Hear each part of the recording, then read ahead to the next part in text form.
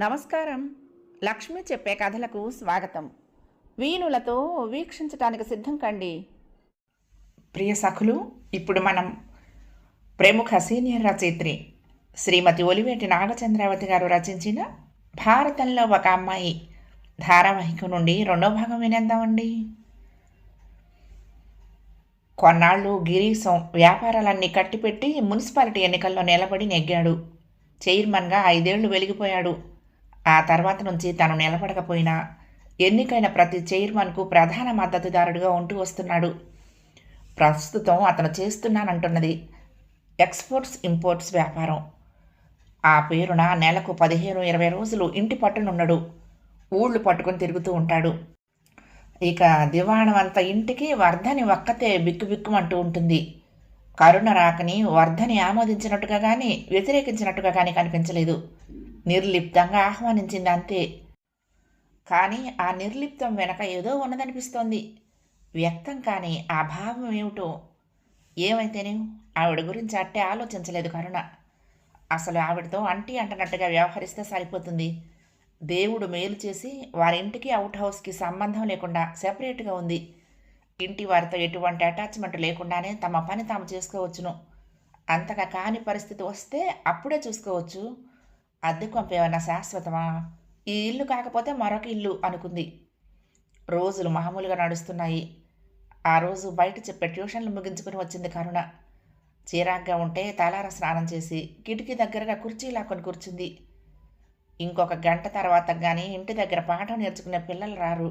అంతవరకు ఖాళీనే. కరుణ పడక కుర్చీలో వెనక్కి ఒరిగింది విశ్రాంతిగా. కిటికీ ఊసల మధ్య నుంచి గిరీశంగారి భవనం మౌనవ్రతంలో ఉన్న మునీశ్వరుడిలా నిశ్శబ్దతతో మునిగిపోయి కనపడుతోంది. మనసుది కోతి బుద్ధి వద్దన్న వైపుకే పరుగులు పెడుతుంది. ఆవిడ సంగతి మనకేలా అనుకుంటూనే కరుణ ఊహల్లో వర్ధన జరబడింది. అంత ఇంట్లో ఆమె ఒక్కతే ఏం చేస్తుందో ఇరుగు పొరుగుతున్న మాట్లాడినట్టు కనిపించదేం. బయటకన్నా అట్టే రాదు. బందీలా ఆ 4 గోడల మధ్యనే ఉంటే ఏం తోస్తుందో. పాపం తనేదేదో అనుకుని అపోహపడింది. కానీ తాను అనుకున్నంత అతిశయం ఉన్న మనిషిలా లేదు మరి. ఆ ముభావం ఆవిడ స్వభావమేమో. ఎప్పుడైనా యథాలాపంగా ఎదురైతే పలకరించదు కానీ నవ్వే ప్రయత్నం చేస్తుంది. కానీ ఆ నవ్వులో ఏదో వెలితి, ఆ కళ్ళల్లో ఏదో దిగులు కనపడతాయి. ఓ పిల్ల జమీందార్ అంతటి వాడి భార్య ఆవిడకేం తక్కువని? పిల్లలు లేరనేమో బహుశా. ఏమో మరి. ఈవిడికి శుద్ధ వ్యతిరేకమైన ఆయన ఊళ్ళో ఉన్న 4 రోజులు ఇల్లు గలగల్లాడిపోతూ ఉంటుంది. వచ్చే పోయే వాళ్లతో ఆవరణంతా ఎంతో సందడిగా ఉంటుంది. అంత హడావుడిలోనూ తనను పలకరించటం ఏమారడు. మీ పాటల బాకీ జ్ఞాపకం ఉన్నదండోయ్ అని చలోక్తులాడతాడు. వర్ధని కాస్త లోకం మొహం చూసేది కూడా ఆ 4 రోజుల్లోనే. సినిమాకనో పార్టీలనో తిప్పుతాడు ఆయనే. తనని రమ్మంటారు అప్పుడప్పుడు. గిరీశంగారైతే బలవంతమే చేస్తారు. ఊహు, తను వెళ్ళదు. ఏం బాగుంటుంది అలా వాళ్లతో వెళ్ళటం? హద్దు మీరే చనువు తనకిష్టం ఉండదు. భర్తతో బయటకు వెళ్ళేటప్పుడైనా సంతోషంగా ఉండదేం వర్ధని? ఏదో మొక్కుబడి అన్నట్లు తప్ప దేనికి ఆసక్తి ఉత్సాహం చూపదేం. ఎందుకంత నైరాస్యం? అయినా తనకెందుకు ఆవిడ గొడవ? తన బుద్ధికి మరీ బుద్ధి లేకుండా పోతోంది. కరుణ తన మీద తనే విసుక్కుంది. లేచి తల్లి దగ్గరికి వెళ్ళింది. భర్త పోయాక శకుంతలమ్మ తత్వం మారిపోయింది. వారంలో 4 రోజులు ఆరోగ్యం బాగుండక ముసుగుతని పడుకుంటుంది. ఒంట్లో బాగున్ననాడు 4 గింజలు ఉడకేసి ఆ పైన ఓ పుస్తకం పట్టుకుని దేవుడి ముందర కూర్చుంటుంది ఉదాసీనంగా. అంతే తప్ప కూతురుతోనైనా మంచి శబ్బర ఎక్కువ మాట్లాడదు. ఇంటి సంగతి పట్టించుకోవటం కూడా తగ్గిపోయింది. బయట ప్రపంచం చూద్దామని మొదటే లేదు. దేవుడి గూడు ఎదురుగా చెంగుపరుచుకుని పడుకున్న తల్లిని చూసి నిట్టూరుస్తూ తిరిగి యువతలకొచ్చింది కరుణ. పిల్లలు ఒక్కరొక్కరుగా వస్తున్నారు. ట్యూషన్ అయిపోయింది. అందరూ వెళ్ళిపోయారు. తంబురా వెంటనే పెట్టెలో పెట్టే బుద్ధి కాలేదు కరుణకి. శృతి సరిచేసి మెల్లని స్వరాన నాథ సుధారసపానము చేసే అంటూ త్యాగరాజస్వామి కీర్తన ఎత్తుకుంది. ఆ కీర్తన అంటే తండ్రికి వల్లమాలన ఇష్టం. తను పాడుతూ ఉంటే అనిర్వచనీయమైన ఆనందంతో కళ్ళు అరమూసి వినేవాడు. కళ్లకు నీటి తెరకమ్మింది. మృదులమైన మధురవం మలయమారుతాలు వీచినట్లు కలకూజతులు వినిపించినట్లు సాగిపోతుంది. మధురమైన రాగం అలలు అలలుగా తీగలు సాగుతూ దివ్య సీమల దారులు తెరుస్తుంది. పాట పూర్తయింది. తంబుర కింద పెడుతూ ఆర్ద్రమై మసకేసిన కళ్ళు తుడుచుకుంది కరుణ. ఎదురుగా వర్ధని తదేక దీక్షగా తన వంకే చూస్తూ మైమర్చి వింటోంది. అరే మీరా ఎప్పుడొచ్చారు? సంభ్రమాశ్చర్యాలు ముంచెత్తగా అడిగింది. ఎంత హాయిగా పాడావు కరుణ. ఇహలోక విచారాలకు బాధలకు దూరంగా ఏదో ఆనందలోకాలకు తీసుకుపోయావు అంది వర్ధని. నాద రసాస్వాదనలు నిజంగానే రంజిల్లింది ఆమె మనసు. ఆ గర్భ శ్రీమంతులు మీకు బాధలు విచారాలునా? వింతగా చూస్తూ అప్రయత్నంగా అంది కరుణ. ఎంత పిచ్చిదానివి కరుణ. వాటికి ఏ బలపక్షము లేదని కూడా తెలియనంత అమాయకురాలివి నువ్వు. వర్ధని వెలితిగా నవ్వింది. ఎవరి సంగతో మీకెందుకు? మీ వరకు మీరు ఏ చింతలు లేని అదృష్టవంతులే కదా. మరొకసారి అడిగింది కరుణ. అదృష్టమా నాదా? నిట్టూరుస్తూ అంది వర్ధని. సరేలే వాదనలెందుకు, ఆ విషయం వదిలి ఇంకొక పాట వినిపించు కరుణ అంది. చటుక్కున తన తప్పిదం తెలిసొచ్చింది కరుణకి. అంత లోతుకు వెళ్ళి గుచ్చి గుచ్చి అడిగే అధికారం ఏమిటి తనకి? క్షమాపణగా వర్ధనికేసి చూసింది. వర్ధనిదేమీ పట్టించుకున్నట్లు లేదు. మరొకసారి గానలహరిలో మునక వేయటానికి సిద్ధంగా ఉత్సుకతతో చూస్తోంది. బెట్టుపోవటం, బ్రతిమాలించుకోవటం, సభా పిరిగితనం లాంటివి కరుణకు లేవు. కరుణా జలధే దాశరథే అంటూ తిరిగి నాథసభ వర్ణించసాగింది. ఈ సంఘటన తర్వాత వారు కాస్త సన్నిహితులయ్యారు. వర్ధని తరచు కరుణ ఖాళీగా ఉన్నావా అంటూ వచ్చి కూర్చుంటోంది. ఫలానా పాట వినిపించవా అని అడిగి పాడించుకుంటోంది. అండీలు కొండీలు మానే కరుణ, తోబుట్టూరు లేని అభాగ్యురాల్ని, నన్ను అక్క అని పిలువు అని చనువు చూపెడుతోంది. లీలా మాత్రంగా ఆమె పట్ల మిగిలిన అయిష్టము అనుమానము ఇప్పుడు పూర్తిగా తొలగిపోయాయి కరుణకి. త్యాగరాజ ఆరాధనోత్సవాల సందర్భంలో కళాక్షేత్రంలో బాలమురళీకృష్ణ కచేరీ ఉందని తెలిసింది. తొందరగా ట్యూషన్లు తెముల్చుకుని వెళ్ళటానికి సిద్ధమైంది కరుణ. గుమ్మంలోనే ఎదురైంది వర్ధని. ట్యూషన్లకు వెళ్ళొచ్చేసావుగా కరుణ, మళ్ళీ ఎక్కడికి అడిగింది. ట్యూషన్కి కాదక్క, కళాక్షేత్రంలో బాలమురళి గారి గాత్ర కచేరీ ఉందిట.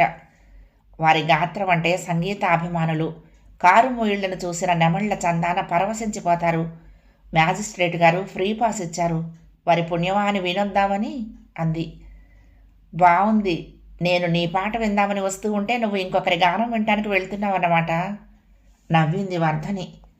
ఆ మాత్రం చిరునవ్వు కూడా ఆమె ముఖాన అరుదే. అపురూపంగా ఆప్యాయంగా చూసింది కరుణ. నా పాటదేముందక్క, సామాన్యం. ఆయన గానం అపురూపం. నువ్వు రా అక్క విందు గాని పిలిచింది. నేనా అంది వర్ధని ఉలిక్కిపడ్డట్టయి అసంభవాన్ని వింటున్నట్లు. అవునక్క, ఏం గిరీశం గారెటు ఊళ్ళో లేరు కదా, ఒక్కదానివే ఇంట్లో ఏం చేస్తావు, వెళ్ళొద్దాం పదా అంది కరుణ. కరుణకు తోడుగా కూడా ఉంటావుగమ్మా, వెళ్ళిరా అంది శకుంతలమ్మ కూడా. ఆహా వద్దులే కరుణ, నాకు రావాలని లేదు అయిష్టంగా తప్పుకో చూసింది వర్ధని.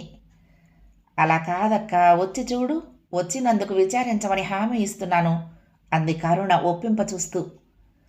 అవునమ్మా, నువ్వు సంగీతం అంటే చెవి కోసుకుంటావు, ఆయన కచేరీ విని తీరాలి శకుంతలమ్మ బలపరిచింది.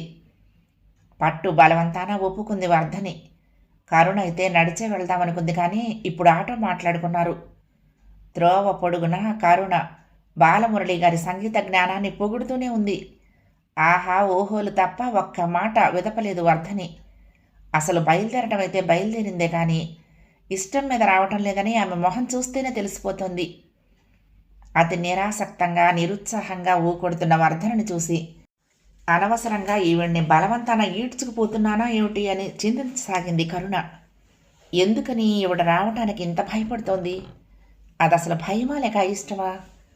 నేను పాడుతూ ఉంటే మంత్రించిన పాముల కదలిక లేకుండా వింటుందే. చక్కటి సంగీతం వినటానికి వెళ్ళటం అయిష్టం ఎందుకు అవుతుంది? మరైతే భయపడుతుందా? ఎవరికి భయపడుతోంది? దేనికి? భర్త కోపకిస్తాడని వెరుస్తోందా? భార్యను 4 గోడల మధ్యన బంధించి ఉంచాలనే మూర్ఖుడు కాదే ఆయన. మరెందుకు ఈవిడ ఇంతగా జడుస్తోంది? మనిషి పక్కనే ఉన్న మనసు చదవటం అసంభవమే కదా. అక్క, నిన్ను ఇబ్బంది పెట్టానా రమ్మని? పశ్చాత్తాపం ధ్వనిస్తూ ఉండగా అడిగింది కరుణ. పేలవంగా నవ్వింది వర్ధని. నన్ను సంతోషపెట్టాలనే నీ అపేక్ష నాకు తెలియనిదా కరుణ? కానీ నీ అభిమానాన్ని అందుకునే అర్హత కానీ, నిష్కల్మషంగా ఏ ఆనందాన్నైనా అనుభవించే యోగ్యత కానీ నాకు లేదమ్మా అంది. ఎందుకక్క అలాంటి మాటలన్నీ నిన్ను నువ్వు కించపరుచుకుంటావు? బాధగా అంది కరుణ. నిజం కరుణ, అందుకే నా చుట్టూ ఒక గిరి గీసుకుని అందులోనే మగ్గుతున్నాను నేను. నీ మధుర గళం నన్ను ఆ పరిధి నుంచి యువతలకు లాగింది. నీ స్నేహామృతం రగులుతున్న నా గుండెకు తాత్కాలికంగానే అనుకో ఉపశాంతి కలిగిస్తోంది. పూర్వానుబంధం ఏదో మనకుందనిపిస్తోంది కరుణ. నిన్ను చేజార్చుకోకూడదని, కంటికి రెప్పలా కాపాడుకోవాలని అనిపిస్తోంది.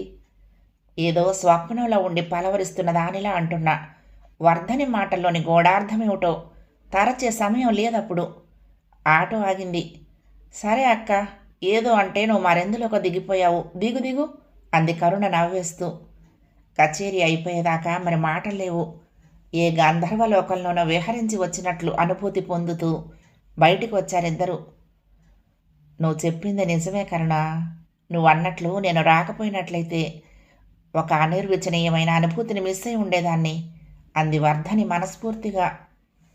కళలకు ఉండే ప్రభావం ఏమిటో వెతలు తీరినట్లు తేటపడిన ఆమె మొహం చెప్పకనే చెప్తోంది. మందహాసం చేసింది కరుణ. సావకాశంగా కచేరీ విన్నప్పటి నిదానం ఏమైందో. శ్రోతలు ఎటువారటు హడావుడిగా తోసుకుంటూ వెళ్ళిపోతున్నారు. కార్లు, స్కూటర్లు జనాన్ని మోసుకుని దూసుకుపోతున్నాయి. ట్రాఫిక్ తప్పించుకుంటూ రోడ్డు వారగా నిలబడ్డారు ఇద్దరు. చూస్తూ ఉండగానే జనం పలచబడ్డారు. వాళ్లతో పాటు ఆటోలు, రిక్షాలు కూడా మాయమైపోయాయి. ఉన్న 1-2 బేరం కుదరనివ్వలేదు. పదక్క, ఈ రోడ్డు చివరి మలుపులో చాలా ఉంటాయి, అక్కడెక్కుదాం అని దారి తీసింది కరుణ. ఆ మాట ఈ మాట చెప్పుకుంటూ ముందుకు నడిచారు ఇద్దరు. ట్యూబ్ లైట్లు రోడ్డుని పట్టపగలు చేస్తున్నాయి. షాపులు ఇప్పుడిప్పుడే 1-6 మూత పడుతున్నాయి. జనాల రాకపోకల రద్దీ పూర్తిగా కాదు కానీ చాలా వరకు తగ్గింది.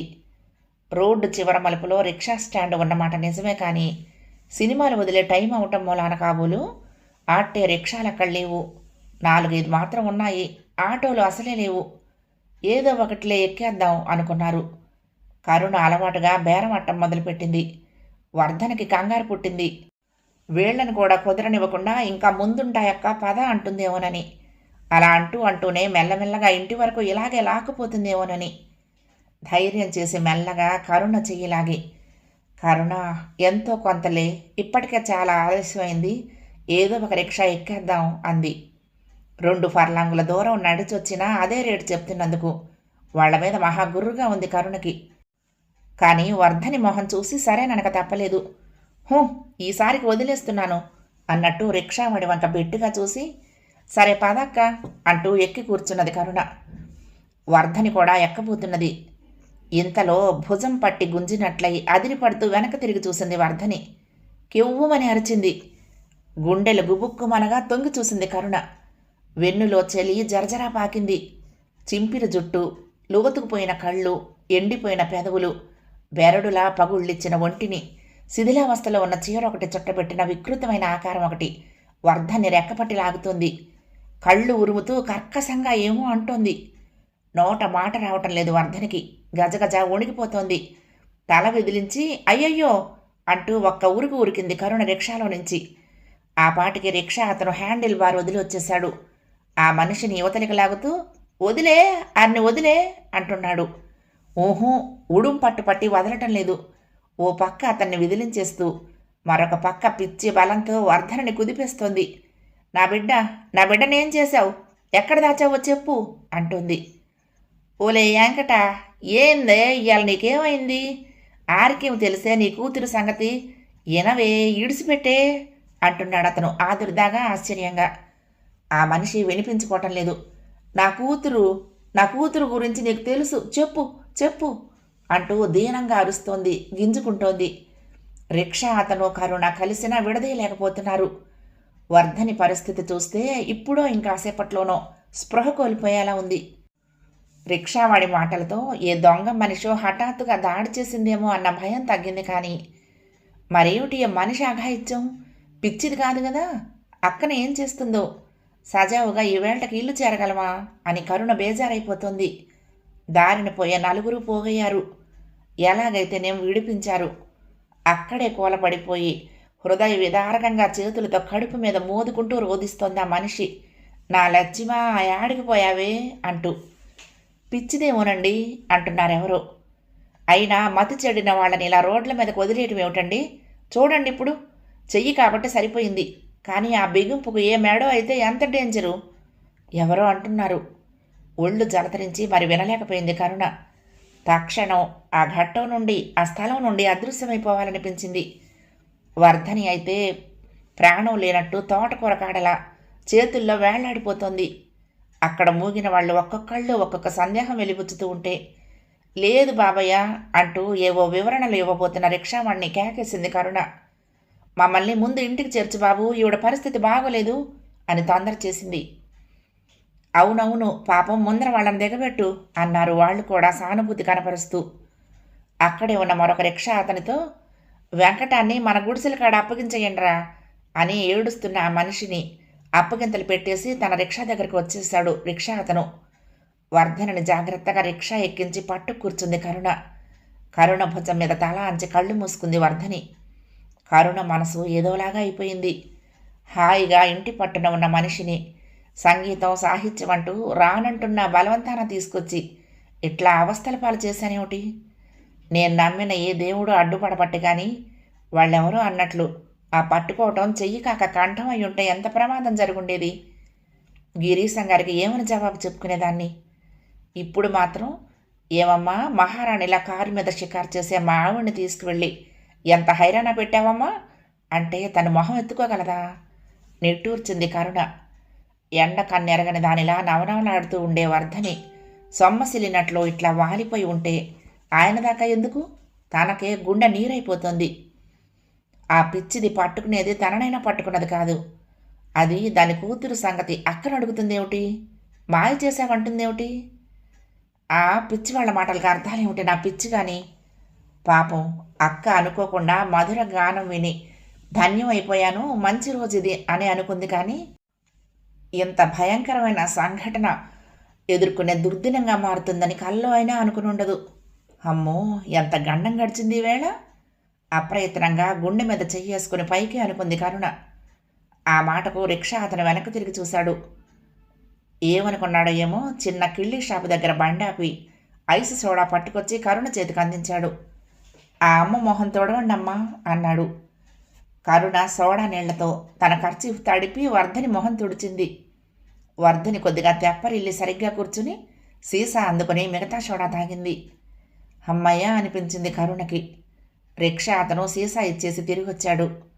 గాలి తగులుతుందమ్మా, టాపు వెనక్కేసేనా కరుణను అడిగాడు అతను. తల ఊపింది. అతను టాప్ తీసేసి రిక్షా బయలుదేరదీశాడు. మనిషి స్థిమితపడినా మనసు స్థిమితపడనట్లు వర్ధని చూపులు శూన్యాన్ని అవలోకిస్తున్నాయి. జనాలు ఎక్కడి వాళ్ళక్కడ సద్దు అణుగుతున్న వేళ అనుకోకుండా ఎదురై హడలు కొట్టిన సన్నివేశంతో మనసు దుర్బలమైన సమయం. కరుణకు ఆ నిశ్శబ్దం సహించరానిదయ్యింది. ఏదో మాట్లాడాలి, ఆ నిశ్శబ్దాన్ని ఛేదించాలి. కానీ ఆ టైంలో ఏమీ జరగనట్లు ఇంకొక విషయం గురించి మాట్లాడటం కూడా అసహజంగానే ఉంటుందేమో. వర్ధని చెయ్యి తన చేతులకు తీసుకుంటూ, ప్రొద్దున్నే ఎవరి మొహం చూసి లేచావో అక్క, ఆ పాపిష్టి దాని పాలపడ్డావు అంది కరుణ. వర్ధన నుంచి రెస్పాన్స్ లేదు. కానీ అమ్మా అట్లా అనొద్దమ్మా నొచ్చుకున్నట్టుగా అన్నాడు రిక్షా అతను. అది పిచ్చిదే కానండమ్మా, ఎప్పుడు ఒకరి జోలికి సొంటికి పోయిన రకం కాదమ్మా. అతను కలగ చేసుకోవటం, అది తమను శత్రువులా బిహేవ్ చేసిన మనిషిని వెనకేసుకొస్తూ మాట్లాడటం కరుణకేమంత నచ్చలేదు. భలేవాడివయ్యా, ఈ తీరున కలబడి రెక్క ఊడిపోయేలా పీకటం నీ కళ్ళతో నువ్వు చూసావు కదా, ఇంకా బుద్ధిమంతురాలని చెప్పబోతావేమిటి అంది నిరసనగానే. అదేనమ్మా నాకు విచిత్రంగా ఉంది. ఓరన్న దయదలిచి ఇన్ని గంజినీళ్ళు వస్తే తాగుతుంది కానీ నోరు తెరిచి ఆకలన్నా అనదు. ఇందాక తమరు చూచారే, హోరని మొత్తుకోవటం, ఆ మొయిన నా కూతురు అని ఆడవటం, లేకపోతే ఎవరు అరుగు మీదనో ముడుచుకుని తొంగోవటం అంతే. కొంటె పిల్లకాయలు అల్లరికి మీద రాళ్ళు ఇసిరిన చూసి విరక్తిగా నవ్వటమే గాని భయానికి గుడ్లు ఎర్రన్నా జయంగా ఎవళ్ళు చూడలేదమ్మా అన్నాడు. మరి చలచిత్తమేమిటో కరుణ కడ్డల్లో తొంగి చూసిన వెటకారాన్ని తెలుసుకోలేదు వాడు. అదేనమ్మా నాకు అర్థం కావటంలేదు అని కాసేపు ఆగి, మీరు నమ్మరేమో కానండమ్మా అది అసలు పిచ్చిదే కాదండమ్మా అన్నాడు. మరి ఇది మరీ బాగుంది, ఇంకాసేపు ఉంటే పిచ్చి దానికి కాదు మీకే అనేటట్టున్నాడు వీడు అనుకుంది కరుణ. ఎదురుగా వస్తున్న వారికి దారిస్తూ కొద్దిగా పక్కకు తీసి పోనిస్తూ అతను చెప్పుకుపోతున్నాడు. ఒక ముష్టి దాని కథ వినాలని ఎవరికి ఉంటుందని వాడు అనుకోలేదు. వినటానికి ఆసక్తి లేకపోయినా నిశ్శబ్దం కంటే ఎవరివో మాటలు వినటమే నయమనిపించి వింటోంది కరుణ. ఇక వర్ధని ఆ మనసులో ఏముందో పసికట్టడం ఆ పరమాత్ముడి కన్నా చేతయ్యేలా లేదు. దానికి ఒక కూతురు ఉండేదమ్మా లచ్చిమని, అచ్చం లచ్చిందేవి అనుకోండి, సినిమా టార్లా ఉండేది. ఎంత చురుకో! ఈ సక్కదనాల బిడ్డ కోసం చేసుకున్నాడు వదిలెళ్ళిపోయినా మారు మనవికి పోకుండా బిడ్డే లోకం అనుకుంది. అది పడని పాటు లేదు. తాపీ పనికెళ్ళింది, కూలికెళ్ళింది, రాళ్లు మోసింది. అంత శ్రమ పడ్డందుకు ఫలితం దక్కిందిలేండి. లచ్చి చక్కందే కాకుండా బుద్ధిమంతురాలు. వెంకటానికి చేయవచ్చి మూలపడితే నాకు చేత కాదు నేనేమి చేతును అనుకోకుండా ఉన్న మహారాజంటో పనికి కుదురుకుంది. తల్లిని బిడ్డలా సాక్కుంది, బతికించుకుంది. వెంకట నువ్వు అదృష్టవంతురాలివే అనేవాళ్ళం మేము. అప్పుడే జరిగిపోయిందమ్మా చోద్యం. ఓ దినం మామూలుగానే పనిలోకి వెళ్ళింది లక్ష్మి. తిరిగి గుడిసికి రాలేదు. అది పనిచేస్తున్న కాడ అడిగితే 4 రోజులై పనిలోకి రావటం లేదు, ఏడకు పోయిందో అన్నారంట. అంతే, లచ్చిగుంట మరే ఊళ్ళి కళ్ళ పడలేదు. ఇది పిచ్చిదాని మోస్తరైపోయింది, కుంగి కుసించిపోతున్నది. ఇదమ్మా జరిగిన సంగతి. రిక్షావాడు మాటలు ముగించబోతున్నాడు. వర్ధనిలో మార్పు వచ్చింది. దుఃఖాన్ని నిగ్రహించుకుంటూ మునిపళ్లతో అదిమి పట్టిన పెదవి వణుకు తెలుస్తూనే ఉంది. ముక్కు పుటాలు అదురుతున్నాయి. కరుణ కలవరపడుతూ ఏమిటక్కా అంది. మరిక ఆపలేనట్లుగా చేతుల్లో మొహం దాచుకుని బిగ్గరగా రోధించసాగింది వర్ధని. ఈ హఠాత్ పరిణామానికి బిత్తరపోయింది కరుణ. ఎంత ఊరడించినా ఊరుకోదే. రిక్షావాడు కూడా వెనక్కు తిరిగి తిరిగి చూస్తున్నాడు అయోమయంగా. ఇంటికి చేరేదాకా అలా కన్నీరు అవిరళంగా కారుస్తూనే ఉంది వర్ధని. రిక్షా ఆగటమేమిటి, ఉరికినట్లే దిగి పరుగు పెడుతున్నట్లే ఇంట్లోకి వెళ్ళిపోయింది. విభ్రాంతి నుంచి తేరుకుని రిక్షావాడికి డబ్బులు ఇద్దామని చూస్తే వాడు గుడ్లు ఎళ్లబెట్టి చూస్తున్నాడు ఇంటికేసి. కరుణ ఇస్తున్న డబ్బులు అందుకుంటూ, అమ్మా ఈ ఇల్లు ఆ అమ్మదా అన్నాడు నింపాదిగా. అవును, ఏ? కరుణ ప్రశ్నార్థకంగా చూసింది. ఇదేనమ్మా లక్ష్మి పని చేసిన ఇల్లు. తెల్లబోయింది కరుణ. గిరీశం ఊరు నుండి వచ్చాడు. ఒకసారి వచ్చి పొమ్మని కబురు పెడితే ఏం కంప్లైంటో అని సంశయిస్తూనే వెళ్ళింది కరుణ. గిరీశం అప్పుడే భోంచేసినట్లుంది. చేతిలో ఒక్కపొడి వేసుకుంటున్నాడు. కరుణను చూసి, రారా నిన్ను గాబరా పెట్టేసిందిగా మా వర్ధని అన్నాడు చిరునవ్వుతో. తన మీద నిష్ఠూరం వేయనందుకు తేలిగ్గా ఊపిరి వదిలింది కరుణ. నా గాబరా మాట ఏముందిలేండి, అక్క బాగా అప్సెట్ అయ్యింది అంది బాధగా. రాత్రి వర్ధనితో మాట్లాడాలని ఎంత ప్రయత్నించినా తలుపులు బిగించి మరి తీయలేదు వర్ధని. రాత్రంతా కరుణ మనసులో 1000 అనుమానాలు, 1,00,000 సందేహాలు. దేనికి సమాధానం లేవు. హాల్లోకి వర్ధని వచ్చింది. అప్పటికీ ఆమె కోలుకున్నట్లు లేదు. చుక్క రక్తం లేనట్లు పాలిపోయి ఉంది మొహం. మా ఆవిడ మరీ సెన్సిటివ్ ఫెలో కరుణ, దేనికి తట్టుకోలేదు. ఏమైందని చెప్పు ఇంత డీలా పడిపోవటానికి అన్నాడు గిరీశం లంకణాలు పడ్డట్టున్న భార్యను జాలిగా చూస్తూ. అలా అనకండి అడ్డుపడింది కరుణ. ఎంత ధైర్యం కలవరికైనా గుండె జారే సంఘటన అది అంది. అవుననుకో, ఇంతకీ ఆ పిచ్చిది ఎవరో కాదు. మా ఇంట్లో 2 ఏళ్ల క్రితం లచ్చి అని ఓ కుర్రది పనిచేసింది, దాని తల్లి అన్నాడు. నిజమేనా? ఈ ఇల్లు గుర్తుపట్టి రిక్షావాడు ఆ మాట అంటే చీకట్లో పొరపాటు పడ్డాడనుకున్నాను అంది కరుణ కళ్ళు వెడల్పు చేస్తూ. కాదు నిజమే అన్నాడు గిరీశం. కాస్త ఆగి, ఆ లచ్చుంది చూశావు, ఉత్త చూపుల గుర్రం. రూపురేఖల మాట ఎలా ఉన్నా దాని షోకు హొయ్యలు అబ్బో పట్టశక్యం కాకుండా ఉండేది. అది పనిచేసే 2 గంటల్లోనూ 4 బాయ్ ఫ్రెండ్స్ దాన్ని మీట్ అయ్యేవారు. దానికి తిప్పుకోవటమే సరిపోతుంది. ఈ వయ్యారి నీకు పనేం చేస్తుంది అంటే మా వర్ధని వినేది కాదు. అవునా అన్నట్లు భార్య వైపు మందహాసంతో చూశాడు గిరీశం. వర్ధని తలదించుకుంది, ఎత్తనే లేదు. ఏమైంది మరి? కరుణ ఆసక్తిగా ప్రశ్నించింది. ఏమవుతుంది? ఆ బాయ్ ఫ్రెండ్స్లో ఎవరినో తీసుకుని చెక్కేసి ఉంటుంది. నేను ముందు నుంచి అనుకుంటూనే ఉన్నాను, అది ఒళ్ళొంచే రకం కాదు, ఎప్పుడో ఇలాంటి పని ఏదో చేస్తుందని. అనుకున్నంతా చేసింది. పోతూ పోతూ అలమర్లో 400 రూపాయలు ఏదో అజాగ్రత్తలో వదిలితే అవి వర్ధనివి ఓ 2 చీరలు పట్టుకుపోయింది. ఇల్లంతా అప్పగించి బయటకు వెళ్ళేవాళ్ళం. తేలికలో వదిలిపోయింది. అదృష్టం అనుకున్నాం అన్నాడు గిరీశం. నయమేనండి అంది. అయ్యిందా? దాని తల్లి ఇంతలో నలుగురిని వెంటేసుకొచ్చి మేమే దాన్ని ఏదో చేశామనే రాభసా రాచ్చ. మా దగ్గర నుంచి ఏదన్నా లాగొచ్చినని వాళ్ళ ఎత్తు. అది నాకు తెలియదా? మా ఇంట్లో అది ఎత్తుకుపోయినవన్నీ చెప్పి ఇంకా గొడవ చేస్తే పోలీస్ రిపోర్ట్ ఇస్తామని బెదిరిస్తే అప్పుడు వెనక్కిపోయారు. ఈ అల్లరికి మా ఆవిడ వణికిపోవటం, ఫెయింట్ అవ్వటం. అప్పుడు ఇదే కథ అన్నాడు. తన సందేహాలకు సమాధానాలు దొరికినాయి. బాగుంది అంటూ కరుణ వర్ధని వంక జాలిగా చూసింది. కానీ దాని తల్లి పరిస్థితి దయనీయంగా ఉంది.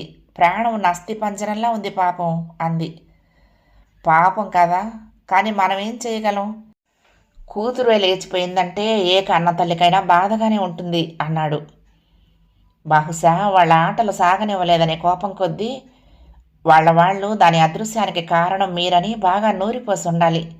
ఆవిడెంత కక్షగా కసిగా అక్క మీదకు దూకిందని.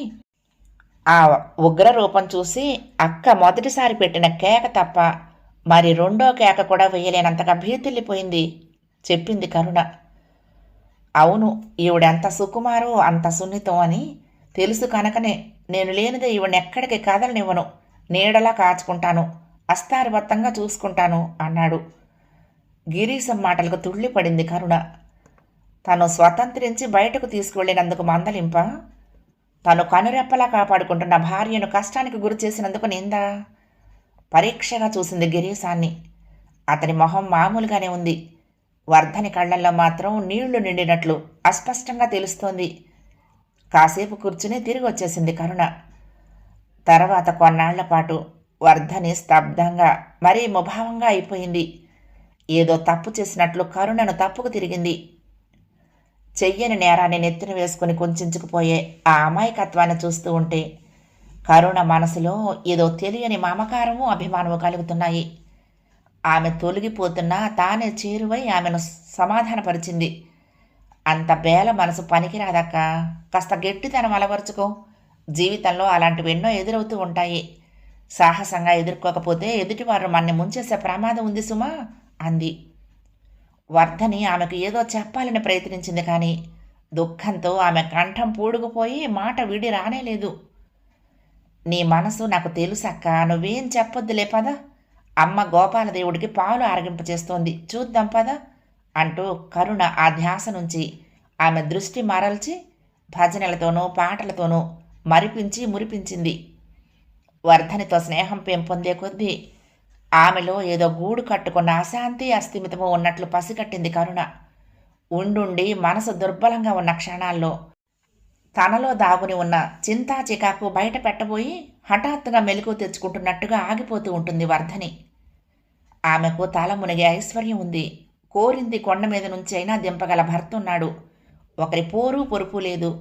మరి వర్ధని విచారానికి కారణమేమిటో కరుణకు బోధపడేది కాదు. అయినా గట్టిగా నొక్కి అడగలేకపోయేది. ఎవరికుండే కష్ట నిష్ఠూరాలు వాళ్ళకుంటాయి, మనకెందుకు ఆరాటం అనుకుందాం అనుకునేది, కానీ మనసు ఉండబడితే కదా.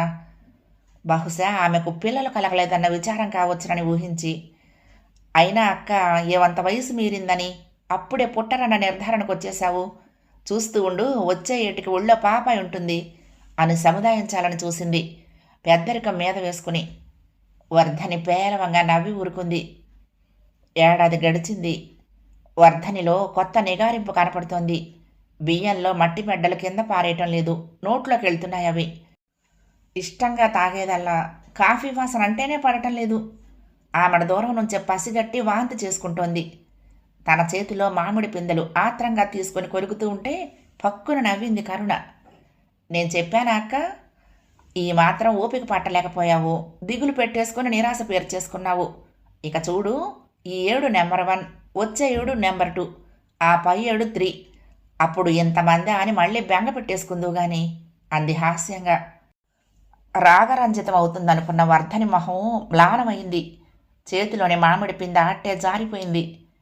కరుణ గాభరాపడి, అదేమిటక్క అలా అయిపోయావు అంది. నాకిది తొలిసారి అనుకుంటున్నావా కరుణ? కాదు, పాత ముచ్చటే ఇది నాకు. గాద్గదికత కారణంగా వర్ధని గొంతు వణికింది. మరి వాళ్ళు?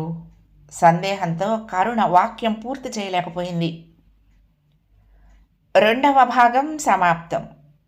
ప్రియ సఖులు, ఈ కథ మీకు నచ్చితే తప్పకుండా లైక్ చేయండి, షేర్ చేయండి, కామెంట్ చేయండి, సబ్స్క్రైబ్ చేసుకుని నన్ను ఎంకరేజ్ చేయండి. ఉంటానండి. ప్రేమతో లక్ష్మి, కృష్ణాతీరం దుర్గమ్మ సన్నిధానం. నమస్తే.